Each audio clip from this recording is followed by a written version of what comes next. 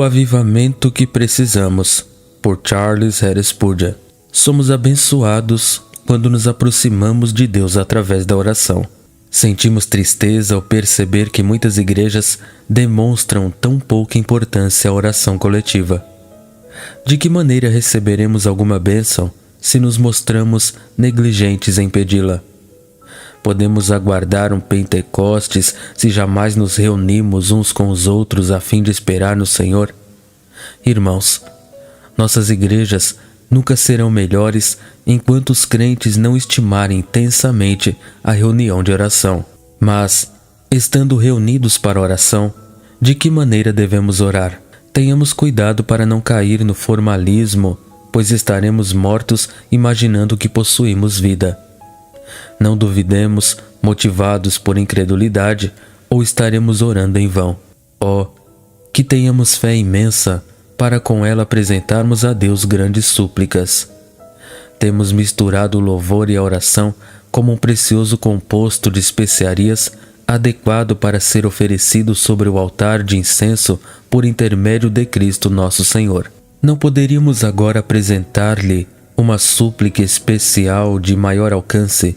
Parece a mim que deveríamos orar em favor de um verdadeiro e puro avivamento em todo o mundo, um avivamento genuíno e duradouro. Regozijo-me com quaisquer evidências de vida espiritual, ainda que sejam entusiásticas e temporárias, e não sou precipitado em condenar qualquer movimento bem-intencionado. Contudo, tenho bastante receio de que muitos dos chamados avivamentos, em última análise, causaram mais danos do que benefícios. Uma espécie de loteria religiosa tem fascinado muitos homens, trazendo-lhes repúdio pelo bom senso da verdadeira piedade.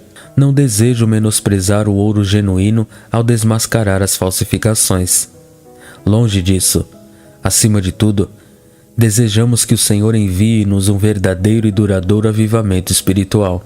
Precisamos de uma obra sobrenatural da parte do Espírito Santo, trazendo poder à pregação da palavra, motivando com vigor celestial todos os crentes, afetando solenemente os corações dos indolentes para que se convertam a Deus e vivam. Se este avivamento acontecesse, não seríamos embriagados pelo vinho do entusiasmo carnal, mas cheios do Espírito. Contemplaríamos o fogo dos céus manifestando-se em resposta às fervorosas orações de homens piedosos. Não podemos rogar que o Senhor, nosso Deus, revele seu poderoso braço aos olhos de todos os homens nestes dias de declínio e vaidade. Antigas doutrinas. Queremos um avivamento das antigas doutrinas. Não conhecemos uma doutrina bíblica que no presente não tenha sido cuidadosamente prejudicada por aqueles que deveriam defendê-la. Há muitas doutrinas preciosas às nossas almas que têm sido negadas por aqueles cujo ofício é proclamá-las.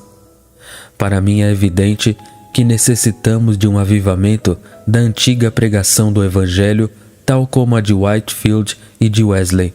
As Escrituras têm de se tornar um infalível alicerce de todo o ensino da Igreja. A queda, a redenção e a regeneração dos homens precisam ser apresentadas em termos inconfundíveis. Devoção pessoal. Necessitamos urgentemente de um avivamento da devoção pessoal. Este é, sem dúvida, o segredo do progresso da Igreja. Se os crentes perdem a sua firmeza, a Igreja é arremessada de um lado para o outro. Quando eles permanecem firmes na fé, a Igreja continua fiel ao seu Senhor. O futuro da Igreja, nas mãos de Deus, depende de pessoas que na realidade são espirituais e piedosas. Que o Senhor levante mais homens genuinamente piedosos, vivificados pelo Espírito Santo, consagrados ao Senhor e santificados pela verdade. Irmãos, cada um de nós precisa viver para que a Igreja continue viva. Temos de viver para Deus se desejamos ver a vontade do Senhor prosperar em nossas mãos. Homens consagrados tornam-se o sal da sociedade e os salvadores da raça humana. Espiritualidade no lar. Necessitamos profundamente do avivamento da espiritualidade no lar. A família cristã era o baluarte da piedade na época dos puritanos, mas Nesses dias maus, centenas de famílias chamadas cristãs não realizam adoração no lar, não estabelecem restrições, nem ministram qualquer disciplina e ensino aos seus filhos. Como podemos esperar que o reino de Deus prospere quando os discípulos de Cristo não ensinam o Evangelho a seus próprios filhos? Ó homens e mulheres crentes, sejam cuidadosos naquilo que fazem, sabem e ensinam. Suas famílias devem ser treinadas no temor do Senhor e sejam vocês mesmos santos ao Senhor. Deste modo, permanecerão firmes como uma rocha no meio das ondas de terror que surgirão e da impiedade que nos assedia. Intenso e consagrado poder. Desejamos um avivamento de intenso e consagrado poder. Tenho suplicado por verdadeira piedade. Agora imploro por um de seus mais nobres resultados. Precisamos de santos. Precisamos de mentes graciosas, experimentadas em uma elevada qualidade de vida espiritual, resultante de frequente comunhão com Deus na quietude. Os santos adquirem nobreza por meio de sua constante permanência no lugar onde se encontram com o Senhor. É aí que adquirem o poder na oração que tanto necessitamos. Oh, que o Senhor levante na igreja mais homens como John Knox, cujas orações causavam à Rainha Mary mais terror do que 10.000 soldados. Oh, que tenhamos mais homens como Elias, que através de sua fé abriu e fechou as janelas dos céus. Esse poder não surge por meio de um esforço repentino.